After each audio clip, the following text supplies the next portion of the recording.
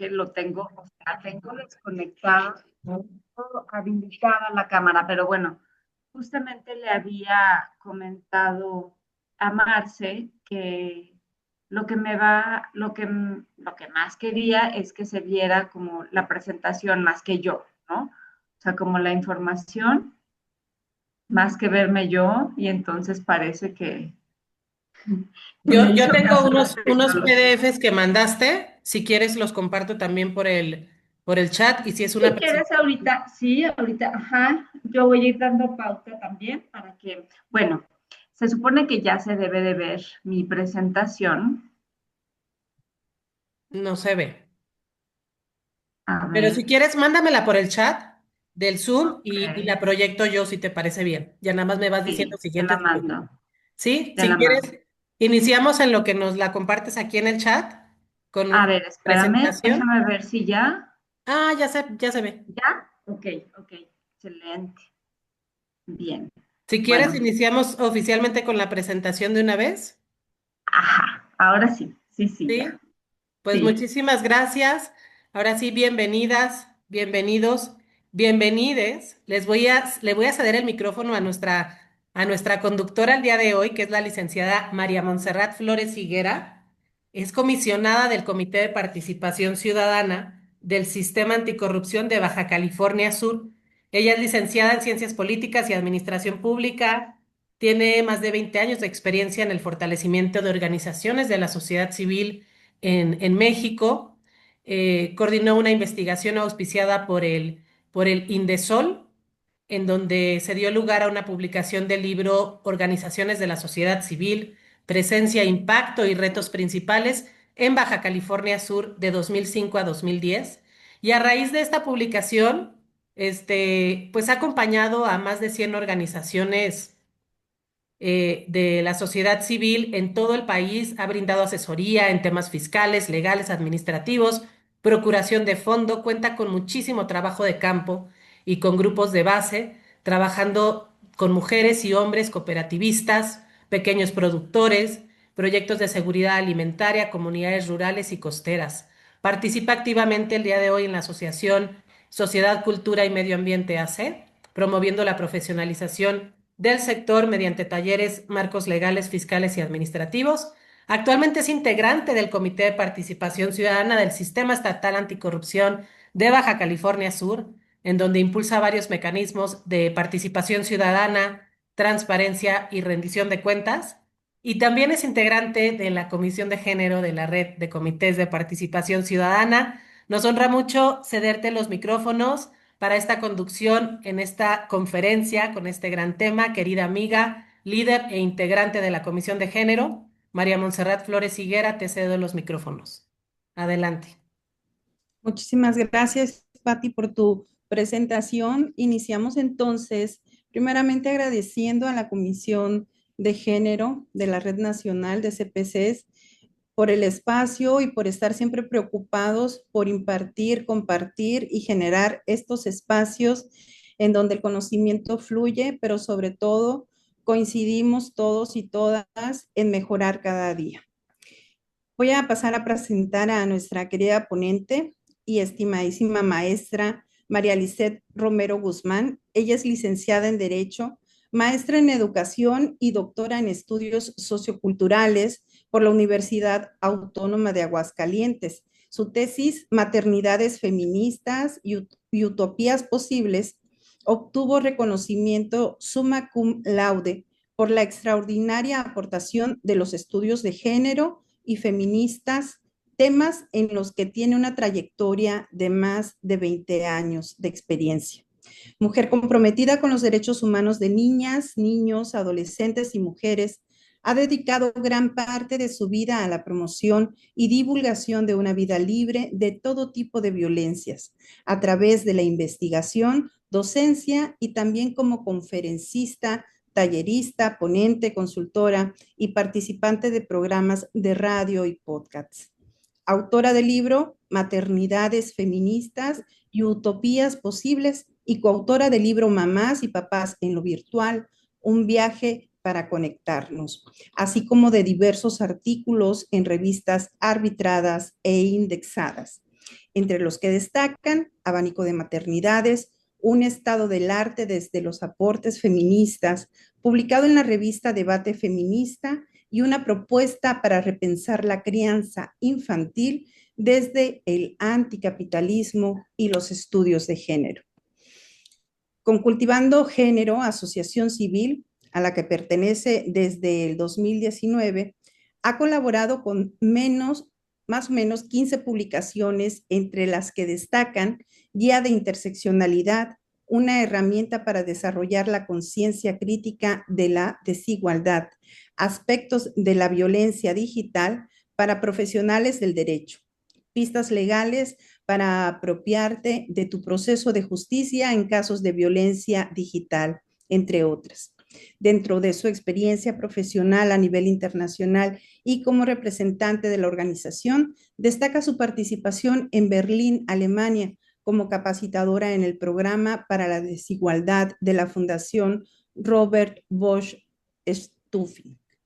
Le gustan las plantas que le recuerdan los ciclos de la vida y la muerte, cocinar por gusto y no por obligación, caminar las ciudades y los pueblos, la música como parte fundamental de su vida, y tiene una hija adolescente que le revolucionó toda la vida. Actualmente es responsable del programa de género de la Universidad Iberoamericana León. Bueno, vamos a iniciar entonces con nuestro evento Herramientas jurídicas y no tan jurídicas para atender la violencia digital. Maestra María Lisset Romero Guzmán, bienvenida, y los micrófonos son suyos. Muchísimas gracias. Bueno, es un honor estar aquí hoy con ustedes, acompañándoles en esta conferencia que es vía Zoom.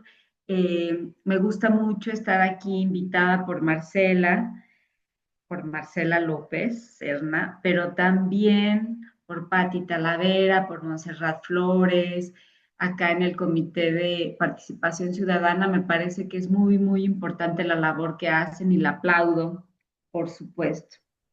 Siempre es como una cosa muy de la virtualidad, ¿verdad? Como que ya tienes todo listo y de repente algo falla. Y entonces no sé, no me explico por qué no sirve mi cámara. No sé por qué no puedo yo estarlas ustedes viendo su carita y ustedes a mí. Pero bueno, yo sí las veo a ustedes, ya me dijeron que sí me escuchan, y creo que lo más importante es como los contenidos que vamos a ver el día de hoy, que afortunadamente esos sí están ahí proyectaditos, y yo estoy acá también.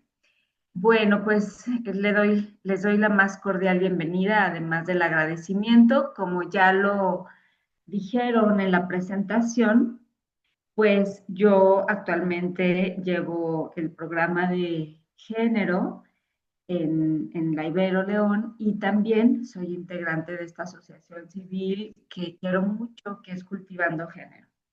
Entonces, bueno, sin más, vamos a ir como empezando en materia. Les voy a ir como comentando algunas cuestiones de por qué le pusimos este título a esta conferencia, ¿no?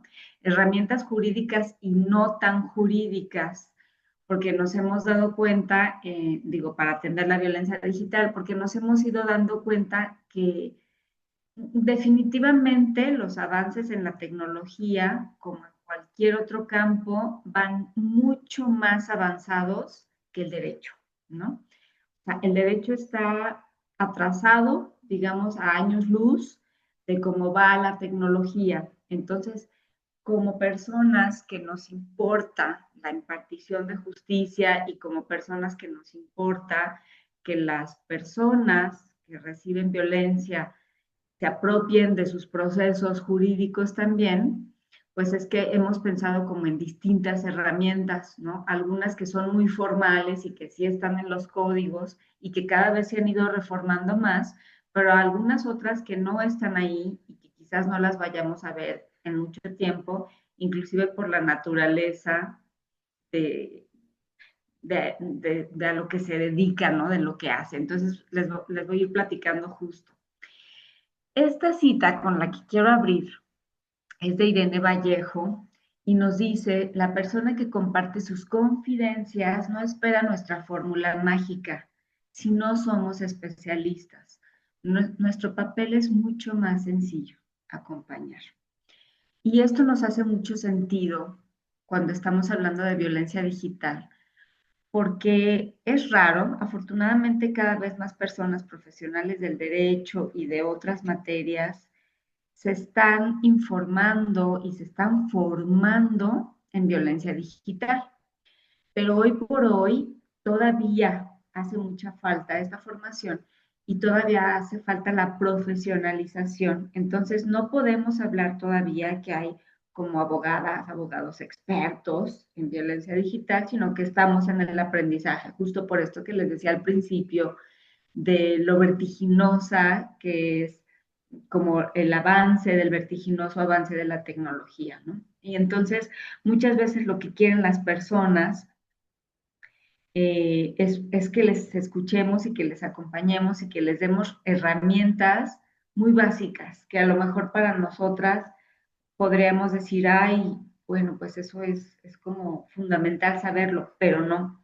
Vivimos en un país donde las personas no se animan a denunciar, donde hay poco conocimiento de los derechos, donde todavía se violentan derechos humanos todo el tiempo en todas las materias. Entonces, justo por eso viene muy a colación esta cita, ¿no? Voy a estar utilizando, como digamos, indistintamente, dos materiales que ya le pasé a Marce, se los pasé en PDF, pero también les puedo decir desde ya que las ligas, que les pasé las ligas también, pero además les puedo decir que están en la página de Cultivando Género. Si ustedes se meten a cultivandogénero.org hasta arriba, hay una pestaña donde dice nuestro trabajo. Y entonces en la parte derecha van a encontrar un montón de materiales que hemos realizado desde hace varios años y los, digamos que los que están hasta abajo, que son los de más reciente creación o los más actuales, son de aspectos básicos de la violencia digital para profesionales del derecho, que ese sí tiene un lenguaje mucho más técnico, más para personas que se han formado en el derecho. Y hay otro, muchas gracias, Pati, ya pusieron ahí que comparten los materiales, y otro que es que se llama Pistas Legales para apropiarte de tu proceso de justicia en casos de violencia digital. Este personalmente me gusta mucho y en la asociación le tenemos como especial cariño, porque ahorita les voy a ir platicando cómo surgió. En realidad el que estaba ideado era aspectos básicos, pero luego cuando fuimos ya llevando a cabo casos prácticos, entrevistando a chicas, sobre todo chicas, también personas de la diversidad sexual, que eran víctimas de violencia digital, pues nos encontramos con que necesitábamos publicar un material que fuera con un lenguaje más amigable, menos técnico, que sirviera a abogadas y abogados, pero también a personas que no estudiaron derecho y que tenían justo el derecho a saber cómo, cómo ir manejando su caso, ¿no? Bueno, esta última parte, digamos, este último material, el de pistas legales para apropiarte de tu proceso de justicia en casos de violencia digital, tiene como estos cuatro grandes temas, ¿no? Estoy ante violencia digital, ¿qué hago? Los básicos para interponer una denuncia, decido denunciar en fiscalía, por dónde empiezo y mi sentido de justicia. Y les digo, voy a ir y venir como en los dos materiales porque me parece que son bastante complementarios, sobre todo para personas con la formación como la que tienen ustedes. Creo que uno les da un cierto tipo de herramientas y otro. Uno más formales y el otro más informales. De ahí el título, ¿no? De herramientas jurídicas y no tan jurídicas. Dentro de las jurídicas, yo creo que, bueno, algo que de cajón tenemos que empezar, ¿no? Es cómo define nuestra ley la violencia digital y hoy por hoy se encuentra en el artículo 8 y nos la define como toda acción dolosa realizada mediante el uso de las tecnologías de la información y la comunicación, por la cual, fíjense muy bien, se expone, se distribuye, se difunde, se exhibe, se transmite, se comercialice, se intercambie o se comparta imágenes. O sea, ahí nos están dando todas las acciones primero. Y luego nos dice que imágenes, audios, videos reales o simulados, es decir, alterados, con contenido íntimo sexual de una persona sin su consentimiento. Y este no consentimiento pues tiene una consecuencia que es un daño ya sea físico, emocional y que puede ser en cualquier ámbito, ¿no? En su vida privada o en su imagen, ¿no? Y su integridad. Es curioso porque todas las definiciones de violencia digital son distintas y también, por ejemplo, desde las asociaciones civiles tenemos otro tipo también de definiciones donde también incluimos, por ejemplo, los videojuegos, ¿no? Que es algo que hoy día es muy utilizado sobre todo por las adolescencias, por las infancias, por gente joven y ahí es un punto grave de exposición. Con esto no quiero decir que debamos prohibir, ¿no? Ya sabemos que como los discursos prohibitivos siempre tienen como un efecto de rebote opuesto a lo que buscamos, ¿no? Entonces, más bien vamos por la formación, por la prevención. El código, vamos a ver más adelante como más a profundidad, pero el código penal, un artículo que si estamos hablando de violencia digital tenemos que conocer sí o sí, es el 181B, que establece el delito a la violación, de violación a la intimidad personal, y pues aquí nos dice, ¿no?, cómo se sanciona de 1 a 4 años de prisión, y de multa es de 300 a 600 días, pero hay una propuesta de reforma para, para contemplar la minoría de edad que se incremente de 4 a 8 años de prisión y más días multa.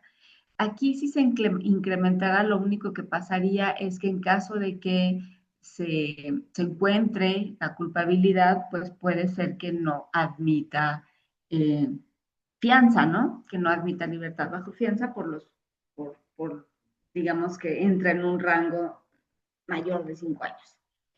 Pero bueno, eso no vamos ahorita como a profundizar mucho en ello. Sí les quiero decir, a ver, déjenme ver, ok, aquí quiero empezar a platicarles cómo surgió el otro material que es nuestro jurídico. No tienen que leer todo eso, yo se los puedo platicar. En el despacho tuvimos un caso que nosotros le llamamos paradigmático, que es de una chica que se estaba bañando, ella tomaba clases de natación, se fue a la ducha y cuando se metió a bañar, percibió una sombra en la parte de arriba, ¿no? O sea, digamos que no eran como cuartos de regadera totalmente cerrados, sino que en la parte de arriba estaban descubiertos. Entonces percibió una sombra, volteó para arriba y vio la cámara de un celular apuntando hacia ella. Obviamente, como estaba desnuda, pues no podía salir a ver quién era, ¿no? Cuando ella corre la cortina, alcanza a ver muy, digamos, de repente a alguien corriendo, ¿no? Y entonces pues se dio cuenta que le acababan de tomar unas fotos o quizás un video, pues ella no sabía, solamente vio el, pues, el dispositivo ahí apuntando a su cuerpo desnudo. Y entonces ella se vistió lo más rápido que pudo y les preguntó a unas señoras que justo iban entrando, ella iba a clase muy temprano, me parece que 7, 8 de la mañana, y iban llegando otras señoras a las 8 de la mañana y entonces les preguntó que si habían visto a alguien que había salido corriendo y le dijeron, sí, sí vimos a alguien con estas características, ¿no? Eh, ella también le platica a su maestro, es decir, empieza, digamos que lo que estoy diciendo aquí también entre líneas es que empieza a hacer partícipes a otras personas de lo que acaba de ocurrir, ¿no? Está generando testigos. Entonces, después, ¿qué pasa? Ella estaba, o sea, se empezó, después de como de ese rush así de adrenalina que da en esos momentos, pues se mete a su carro, empieza a llorar, empieza a sentirse exhibida y a preguntarse, pues, qué iba a pasar con eso, ¿no? Que con ese material que acaba de pasar, se sintió ultrajada, se sintió frustrada, pero muy lista, Priscila. Obviamente, esta historia que les estoy platicando tiene el dato cambiado de su nombre, ¿no? Para proteger su identidad, pero es un dato, es una historia real que ella nos autorizó a publicar en nuestro material, porque además es una chava que justo se apropió de su proceso de una manera impresionante. Y una chava muy jovencita de, no sé, de veintitantos años, 22, 23 años. Entonces, ella lo que dice es, a ver, voy a investigar su nombre completo, si ya las señoras me dijeron, entonces voy con el maestro, le platico y entonces el maestro con el horario que le habían dicho, pues empieza ella sola a realizar un ejercicio de investigación. Les dice, pues, ¿quién tiene que venir a esta hora a clase? Bueno, pues puede ser tal, con estas características, se da cuenta, una cuenta muy, o sea, empieza a saber de manera muy aproximada quién es, investiga su nombre completo y lo empieza a buscar en redes, ¿no? Y entonces cuando lo empieza a buscar en redes se da cuenta que es una persona que es servidor público, ¿no?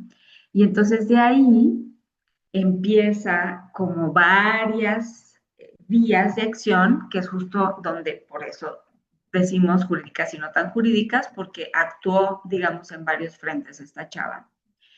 Y ella decide ir a denunciar a fiscalía, decide informarse, asesorarse sobre cómo presentar esa asesoría, pero también decide hacer otro tipo de acciones, como imprimir muchas copias de la cara del tipo, tapándole los ojos y denunciando lo que había hecho, ¿no?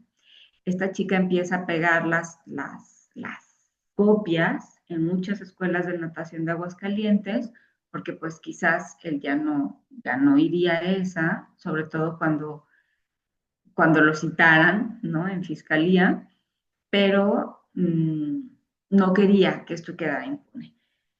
Esto es importante porque de aquí generamos, digamos que una metodología de actuación muy casera, muy de nosotras, que nos, que nos permitió hacer una asesoría muy integral en un caso de violencia digital para que hubiera distintas vías de acción.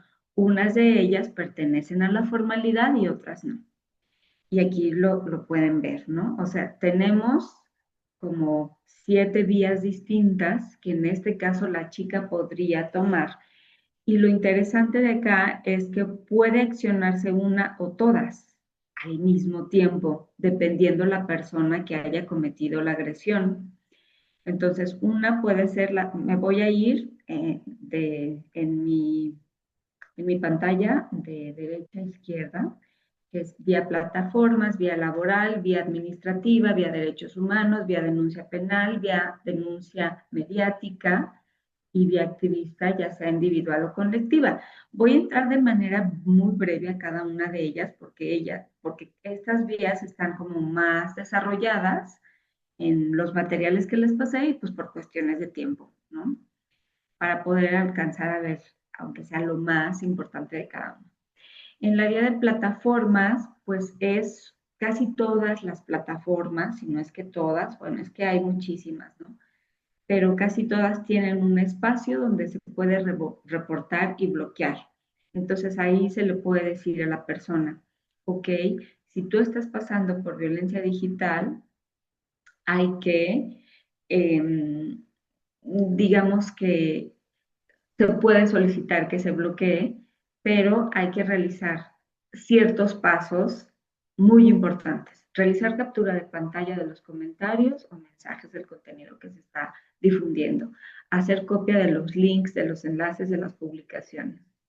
Revisar las normas comunitarias. Cada red tiene su propia política y hay un espacio. De hecho, ahí en el material nos vamos con los más comunes, ¿no? Decimos, bueno, cómo hacerlo en TikTok, cómo hacerlo en Facebook, cómo hacerlo en Instagram, y ahí sí está más particularizada la información.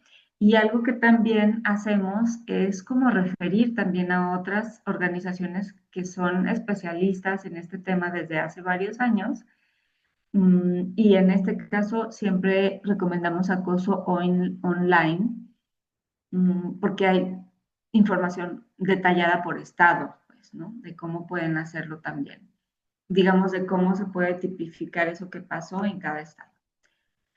Ahora, la vía laboral es una vía también muy, digamos, importante, porque si esta persona trabaja, pues ya sabemos que dentro del marco de la Ley Federal de Trabajo, no importa, ¿no? Si lo cometió un patrón o patrona, pero pues también alguien que ejerza funciones de jerarquía, o también si son pares, pues ya sabemos que hay pautas, que son obligaciones que la Ley Federal del Trabajo contempla para que se propicien ambientes laborales de relaciones de respeto y libres de violencia.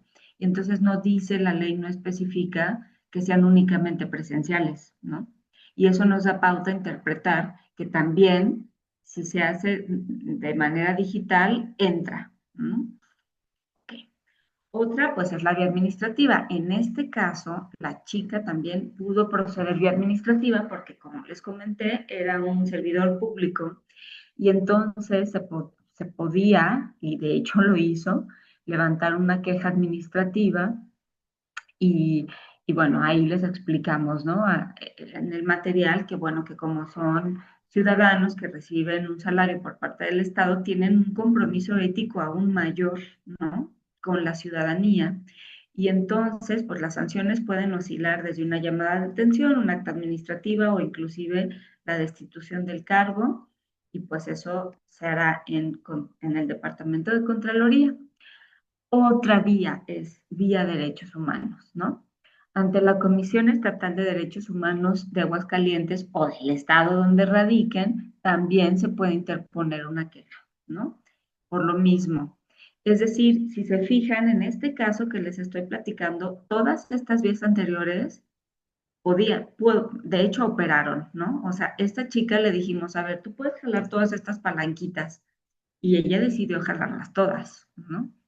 Entonces es muy importante eso, como darles todo el abanico de posibilidades que tienen de acción, porque si no pega una, pega otra. Y entonces suele suceder que tienen como mucha frustración cuando van por la vía penal, que es como la que se les ocurre de primera mano, pero que la vía penal sabemos que puede ser bastante tortuosa o revictimizante. Entonces se les dan muchas otras vías para que accionen, ¿no? La vía escolar, obviamente, también, si esta persona está en una institución escolar, pues puede ser, bueno, ahora por ley todas las instituciones educativas tienen que tener un protocolo, pero no todos lo tienen, ¿no? Si no todos lo tienen, si por lo menos los institutos en Aguascalientes, pues el IEA, ¿no? Todos los institutos de educación tienen que tener un espacio normativo que contemple sanciones a este tipo de situaciones cuando es un maestro quien lo comete, ¿no? En este caso particular que les estoy hablando no era, porque no era su profesor, pero también puede ser, ¿no? Es decir, si es, por ejemplo, imaginemos que es un profesor de una escuela pública, entran todas las anteriores más esta. Ok. En la vía de denuncia penal, déjenme veo. Ok, solamente me dio una pasadita al chat, ¿eh? Por si hay algo ahí que tenga que estar.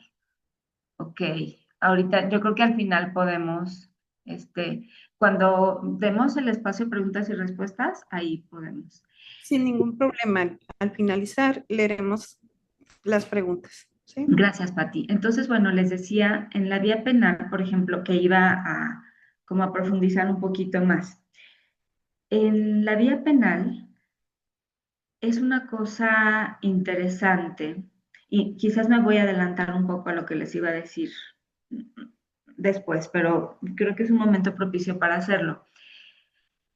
Las chicas generalmente dicen, o las personas que han sido receptoras de violencia dicen, lo quiero demandar, ¿no? A veces no sabemos ni siquiera la diferencia entre demanda y denuncia, no tienen por qué saberla. Pero pocas veces, como abogadas, abogados que atendemos sus casos, les decimos que a qué se van a enfrentar, ¿no? Porque tememos que la persona pueda pensar que las estamos desalentando. Y no es desalentarles, es ser realistas con un sistema de justicia que tenemos que no funciona como quisiéramos que funcionara, ¿no? Sobre todo cuando estamos hablando de violencia de género y cuando estamos particularmente hablando de violencia digital, ¿no? Entonces, hay algunos artículos que nos sirven, que aquí les voy a ir poniendo, tomé algunas muestras del Código Penal de Aguascalientes, como para saber dónde podrían encuadrarse, ¿no? Pero esto está mucho más desarrollado en los materiales, o sea, hay un material que es el de para instituciones, hay uno que es violencia digital para instituciones, ahí, porque no se encuentra todo en los mismos, por eso se me hace importante decírselos.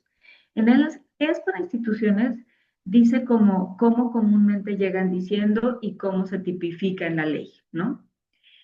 Entonces eso nos da pauta a que nosotras podamos hacer una traducción legal a que en términos coloquiales nos están diciendo qué les pasó. Uno es, por ejemplo, el acecho, ¿no? Ay, me está investigando, me está stalkeando, me está, no, pues no se dice así en la ley, se dice acecho. Y ahí aquí viene la verdad es que las penas son bastante bajas. Y no es que queramos vivir en un estado de que sea punible todo el tiempo, que sea punitivo, que sea... Pero lo que sí estamos viendo es que no alcanzan las penas. Todas ellas son para salir bajo fianza, ¿no? Entonces se pueden aventar procesos muy largos, muy desgastantes, muy revictimizantes para que al final el tipo pues pague una, una cantidad y salga, ¿no? Y me estoy refiriendo así tal cual en masculino y en femenino, pues por las estadísticas, ¿no? Pero sí sabemos que puede haber excepciones donde sea al revés. Ahora déjenme ver cuál otro fue yo. Ah, pues este de afectación a la intimidad, que es el que les digo que está como un poco en reforma para aumentar la penalidad, porque ni siquiera este, que nos parece tan grave, pues tiene 2 a 4 años, ¿no? 2 a 4 años de penalidad y no es como, pues, algo proporcional, ¿no? La pena no es proporcional al impacto o al daño que se está causando.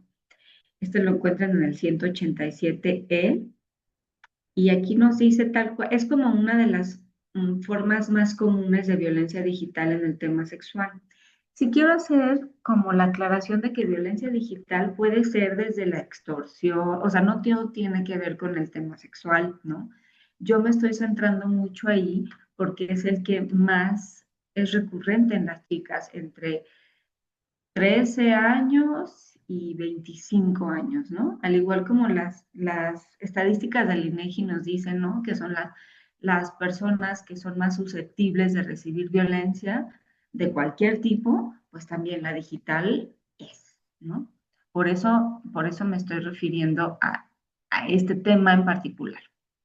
Otro que va en el mismo tono que les digo es la captación de menores, ese lo encuentran en el 187F, en la parte de delitos contra la libertad sexual, y pues así es cuando haya como utilizando estos medios electrónicos o telecomunicaciones. También llama la atención que sigan utilizando términos como electrónico, por ejemplo. Ya se tiene que utilizar digital. Entonces ahí es como que luego sí necesitan asesorías de actualización del lenguaje en términos de,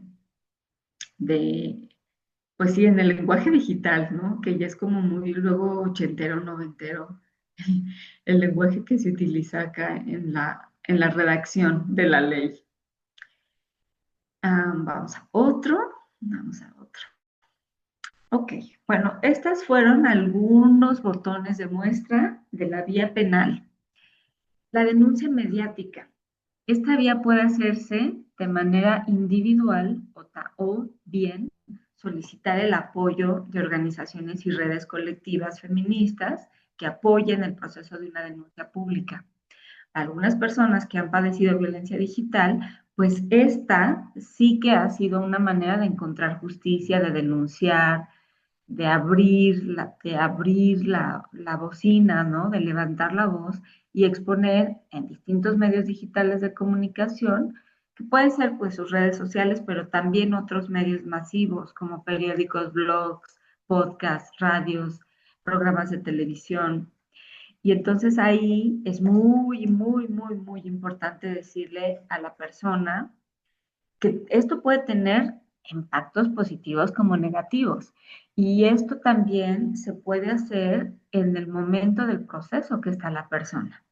Hay para quien esto puede ser muy liberador y puede ser una parte inclusive de su sanación, y hay para quien no, porque va a estar expuesta a más y a más violencia. Entonces, dependiendo en el momento del proceso que esté, de sus herramientas emocionales, familiares, esto puede funcionar muy bien o no, o tener el efecto contrario. Hay quien una vez, yo la vi o sea, como en una primera asesoría y luego la vi después, y me dijo, yo en la primera asesoría le dije, ¿sabes? Porque estaba como dudosa ella y me decía, es que no sé, él me está amenazando con que va a publicar todo mi material en redes, pero yo no lo he hecho y no sé qué hacer. Y yo le dije, bueno, pues justamente podrías tú decir eso en redes, ¿no? Que él te está amenazando con hacer eso. Y se quedó pensando y después volvió conmigo y me dijo, ¿sabes qué? Ya lo hice y me siento súper liberada, ¿no? Porque le quité el poder que tenía sobre mí. Yo me le adelanté y antes de que siguiera todo el tiempo amenazándome, chantajeándome, tal, tal, tal, pues yo lo hice. Nunca iba a estar segura de si se iba a animar o no a hacerlo. Entonces, pues lo hice yo. Y más que era amigo pues de toda la bola de amistades, ¿no? Que tenían en su momento, porque fue su pareja. Y eran muy jovencitos. Esto es alarmante que se va presentando en personas cada vez más y más y más jóvenes, ¿no? Entonces, esta es una forma, pero no, o sea, sería irresponsable de nuestra parte decirlo, ve y hazlo, sin decirle cuáles son las consecuencias, ¿no? Ok. La vía activista, que es individual o colectiva, pues esta me gusta porque es lo que ella hizo y lo nombramos así, porque lo que hizo Priscila de que les digo, de agarrarse, imprimir copias y pegarlas con engrudo en los pósters y en las paredes que estaban cercanos a las escuelas de natación, donde había otras niñas, pues es una forma activista de hacerlo. Nosotras nunca les vamos a decir que lo hagan solas. Siempre todas las acciones son mejores si se hacen de manera colectiva y apoyada en redes, porque te sostienen, porque moralmente son un sostén, un soporte que te va impulsando y que te anima, porque seguramente vas a recibir hate, ¿no? Em, entonces ahí también hay que decirles que no lo pueden hacer a diestra y siniestra y pues sin proteger también de cierta manera la identidad del agresor, ¿no? Porque se les puede voltear la historia y puede ser que el agresor las demande, las denuncie por difamación, ¿no? Y entonces ahí se vuelve todo en contra de ella, sobre todo en una sociedad machista y patriarcal como en la que vivimos.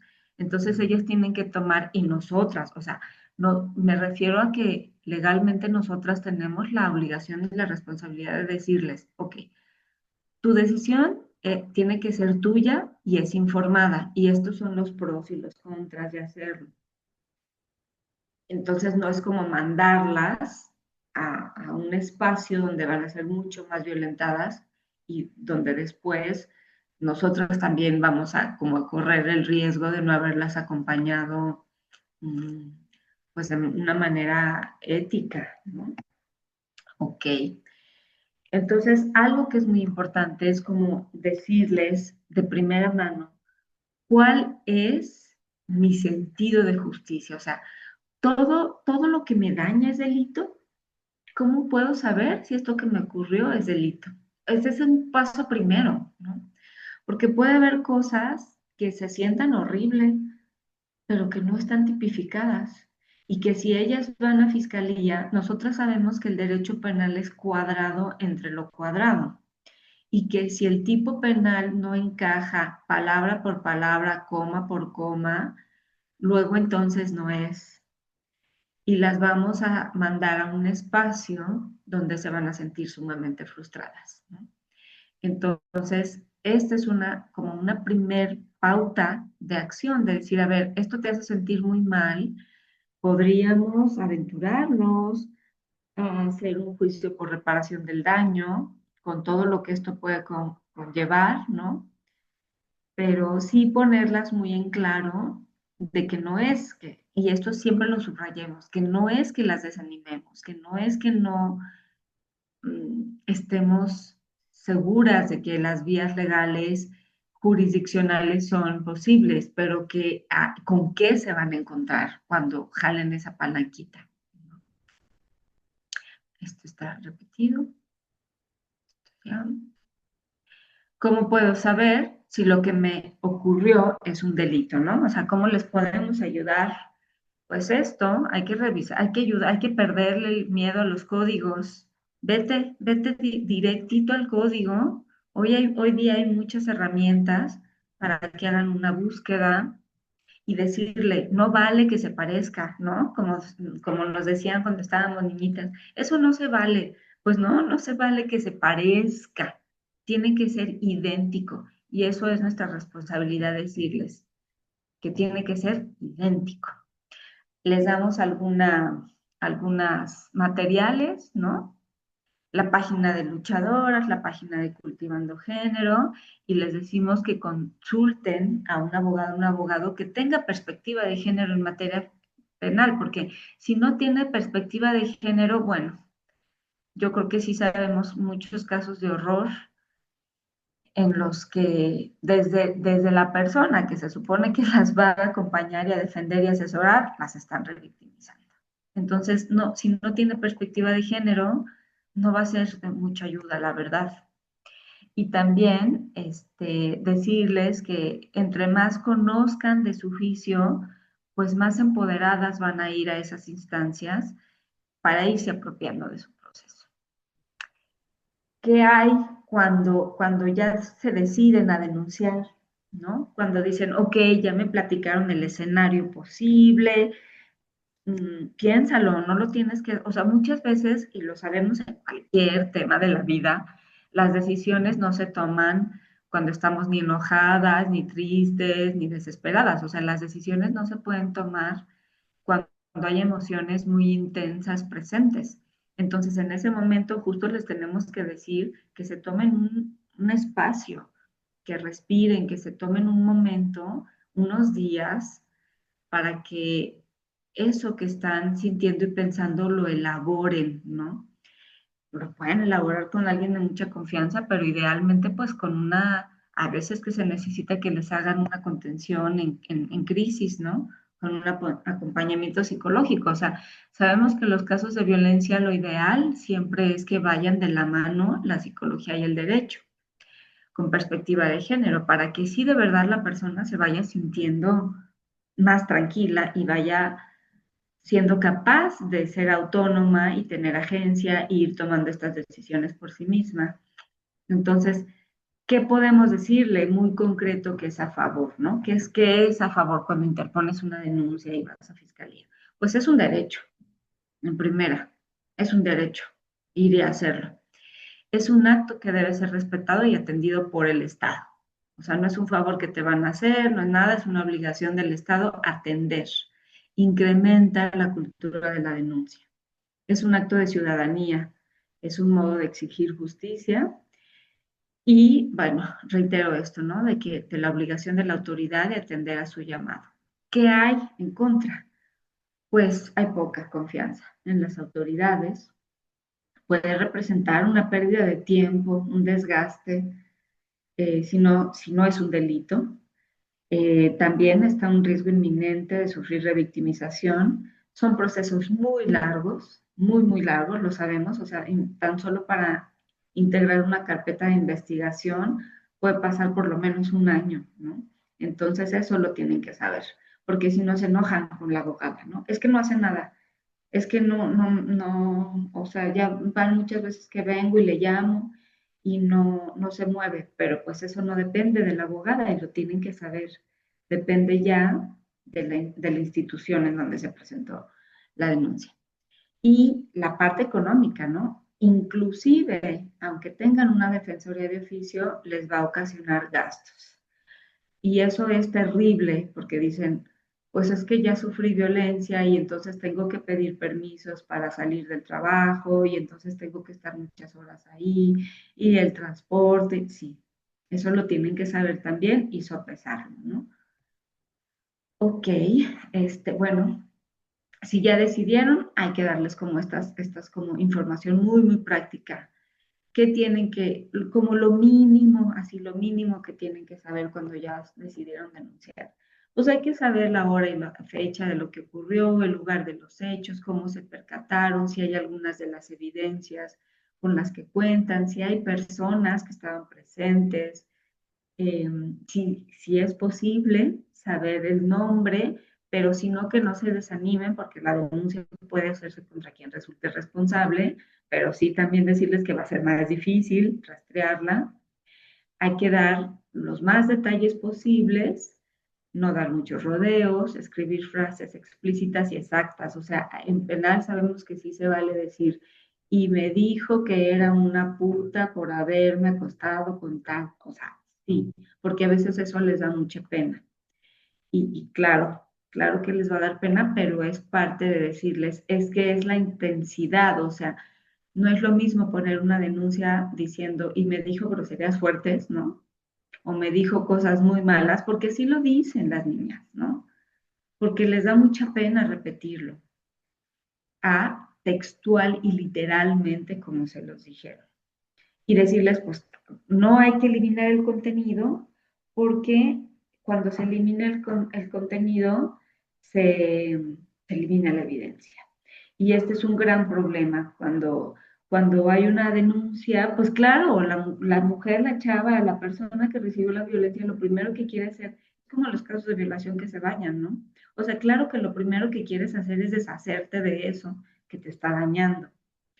Pero en este caso, lo que a veces les hemos recomendado es que se lo manden a alguien que tenga mucha confianza, ¿no? Para que ellas lo eliminen, pero no del espacio, sino que eliminen todo y no se queden ellas en su teléfono quizás porque la sigue dañando tenerlo ahí, pero que se lo manden a una amiga o que abran un correo específico para eso. Y ahí resguarden ese contenido. No es necesario dar fundamentos legales, pero siempre ayuda. Siempre, entre más información tengan, y lo sabemos, las autoridades tratan distinto a alguien que se ve que no sabe nada de lo que está haciendo. Híjole, esta parte a mí me da algo cuando se las digo, porque les tenemos que decir que todas las personas, todas tienen derecho al debido proceso y a la presunción de inocencia.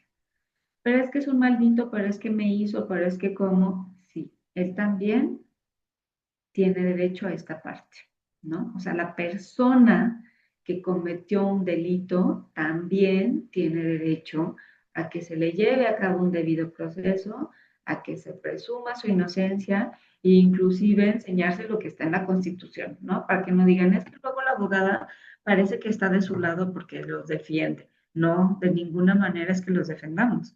Es que un derecho fundamental, ¿no? Que tienen ahí. Y esto, ¿no? Reiterar lo del tiempo. El tiempo es una cuestión que tienen que tener en cuenta sí o sí. No hay sanciones inmediatas ni prontas. No va a pasar. Entonces, desde ahí, no generar falsas expectativas. Bueno, pues creo que justo justitito voy cerrando casi la hora y entonces podemos dejar aquí unos minutitos para preguntas y respuestas, para sus impresiones. Yo creo que con unos, pues sí, unos 10, 15 minutos que abramos.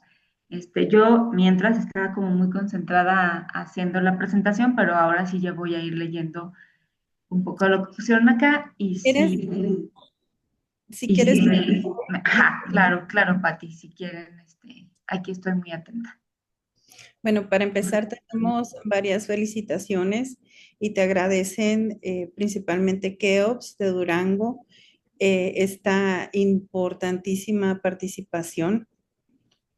Estamos también con unos diálogos en donde tanto Marcela y Patti Talavera han hecho mención a aspectos muy importantes. Por ejemplo, Patti iniciaba con alguna pregunta si siempre es necesario o si es estrictamente necesario tener testigos, ¿no? Para en el ámbito penal y No, administrativo. no, ese es un gran, bueno, voy a hablar como de lo positivo y lo negativo. En el derecho ortodoxo, que además el derecho penal es muy ortodoxo, pues siempre la presencia de testigos es importante, inclusive era como algo demandante, ¿no? Hoy por hoy, la autoridad tiene la obligación de juzgar con perspectiva de género y analizar y recibir las demandas, las denuncias con perspectiva de género, las quejas en el ámbito administrativo. Entonces, existen herramientas, no, bueno, hoy por hoy también los funcionarios públicos tienen que tener formación en perspectiva de género.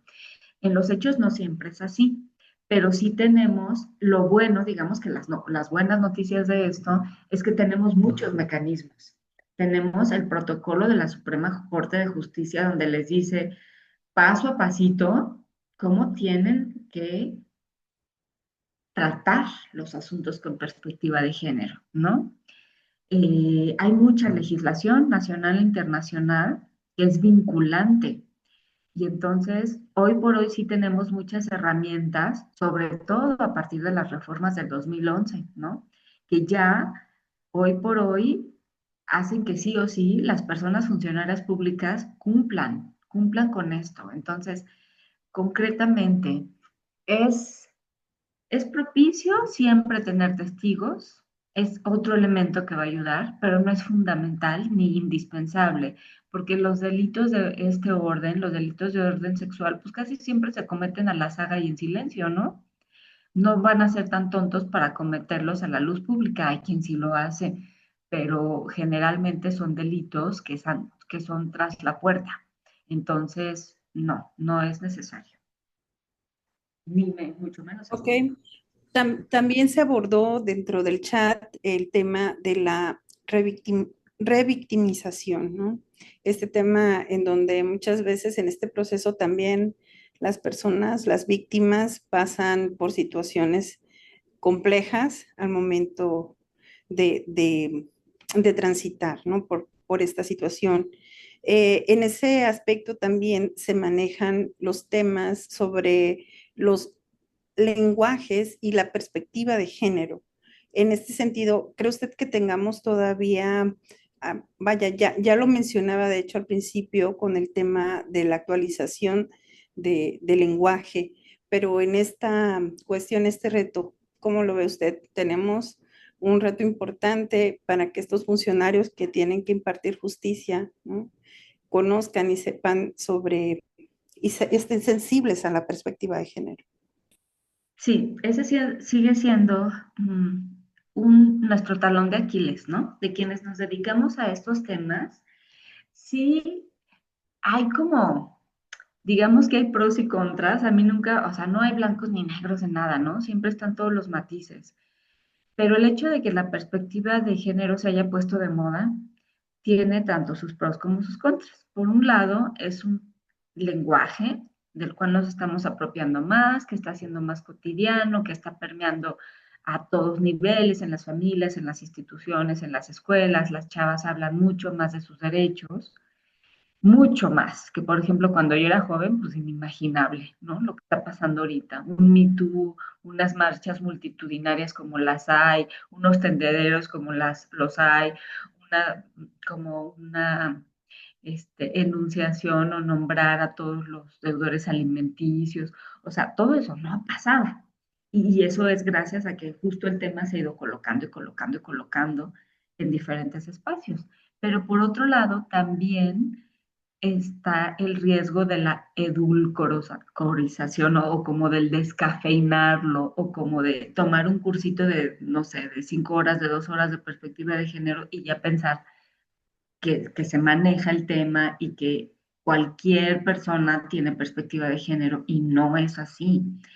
Es, es un tema muy profundo, es un cuerpo de estudios muy profundo que tiene su raíz en los feminismos y que sí o sí tiene que atravesar la vida propia. O sea, pasa por transformaciones personales, pasa por cuestionar las relaciones más inmediatas.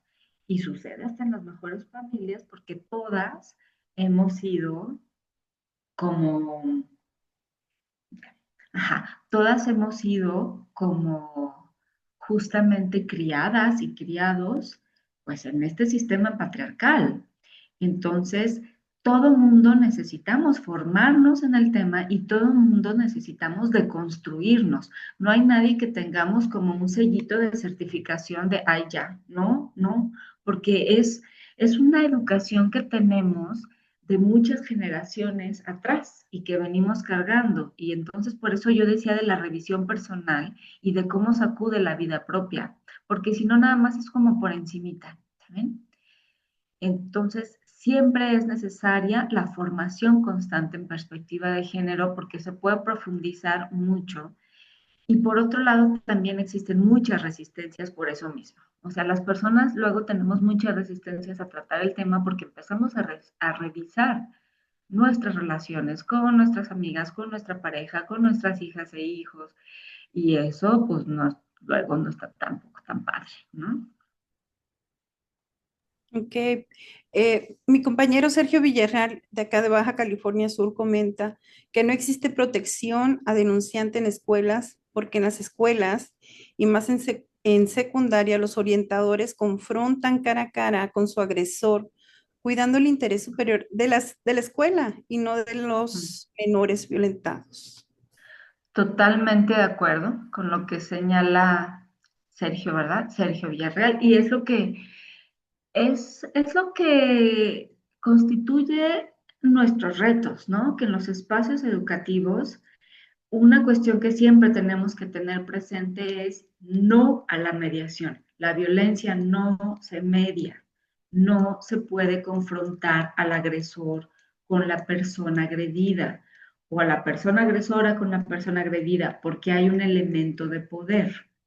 Y desde que está el elemento de subordinación y de abuso de poder, ya no están en igualdad de circunstancias para tener un diálogo y una comunicación equitativa en donde va a haber justo un diálogo de tú a tú. Entonces es por eso que ya se tiene desde hace muchos años prohibida la mediación en la violencia. Pero sí, luego hay personas que hasta bien intencionadas, ¿eh? O sea, claro que hay personas que intencional y concienzudamente ponen a las personas como hasta morbosamente para que se peleen, ¿no? Porque no van a llegar a una mediación y a estudiantes que son jovencitos, jovencitas y que no tienen experiencia, no tienen por qué tenerla en construcción de la paz, en resolución no violenta de conflictos. Pues no, no, no, eso no se enseña en las escuelas, más bien se enseña lo contrario. Entonces, acá sí es propiciar la no, o sea, que no, que personas que están en puestos de toma de decisión, en coordinación, en los propios profesores y profesoras, ¿no? Que tengan muy claro que no, que la violencia no tiene que ser mediada, jamás. Muy bien, y por último, en materia psicológica, el acompañamiento, pues mencionan las compañeras también la importancia y la relevancia de que todo este proceso también, aparte de lo legal, se cuente con un acompañamiento psicológico en el proceso, ¿no? Sí, totalmente.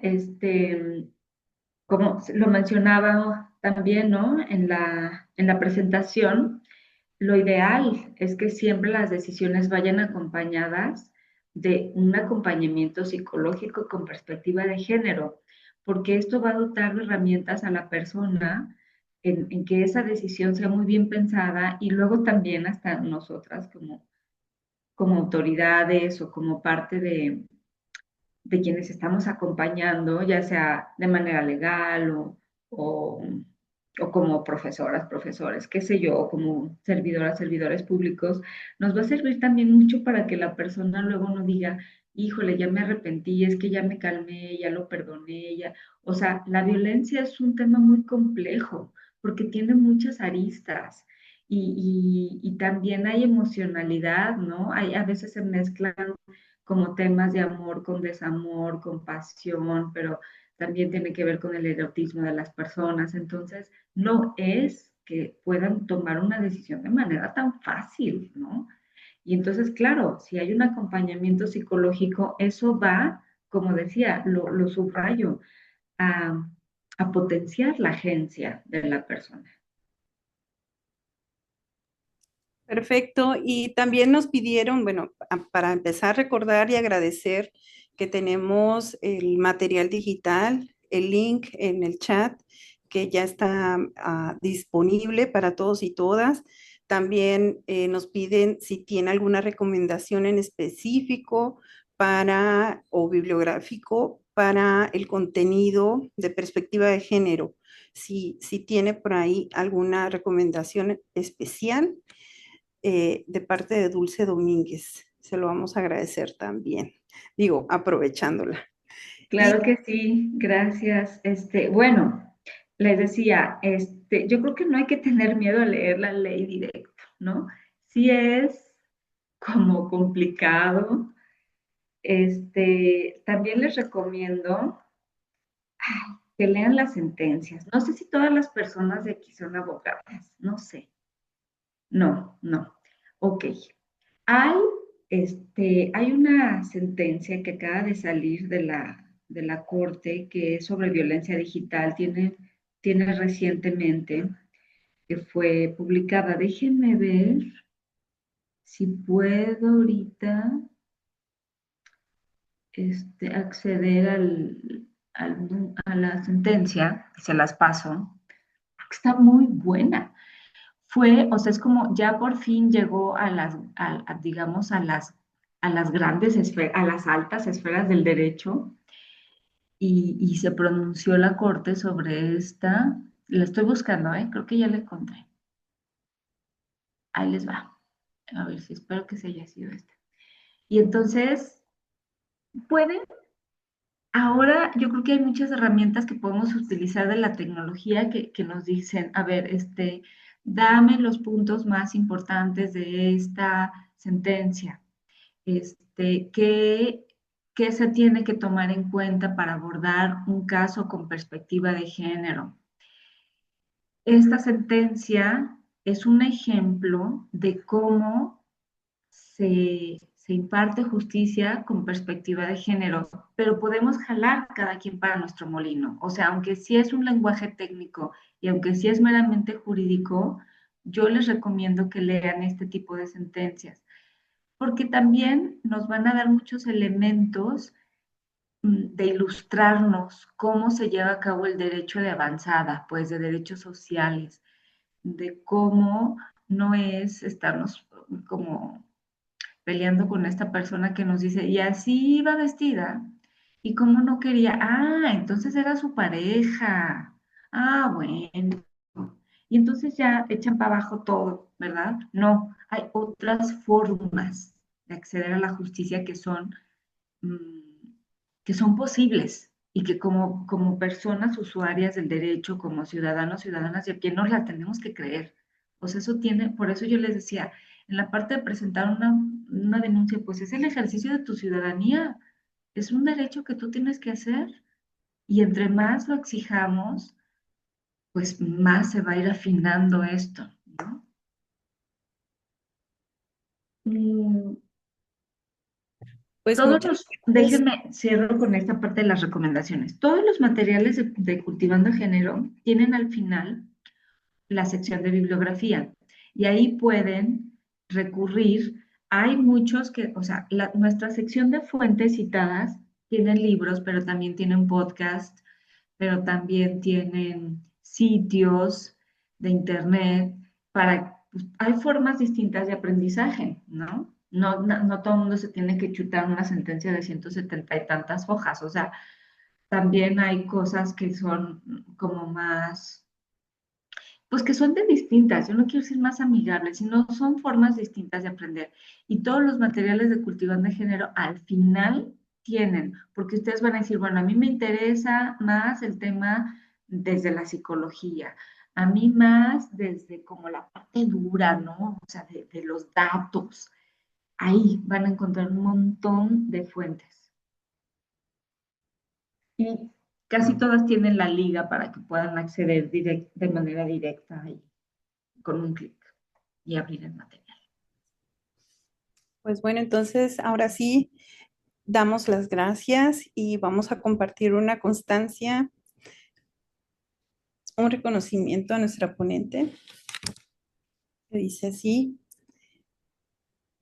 la Comisión de Género de la Red Nacional de CPC otorga la presente constancia a María Lisset Romero Guzmán por haber impartido la conferencia Herramientas jurídicas y no tan jurídicas para atender la violencia digital en el marco del ciclo de conferencias Género y Anticorrupción, fechado el 9 de julio del 2025 y firmado por la maestra Blanca Patricia Talavera Torres, presidenta de la Comisión de Género de la Red Nacional de CPC.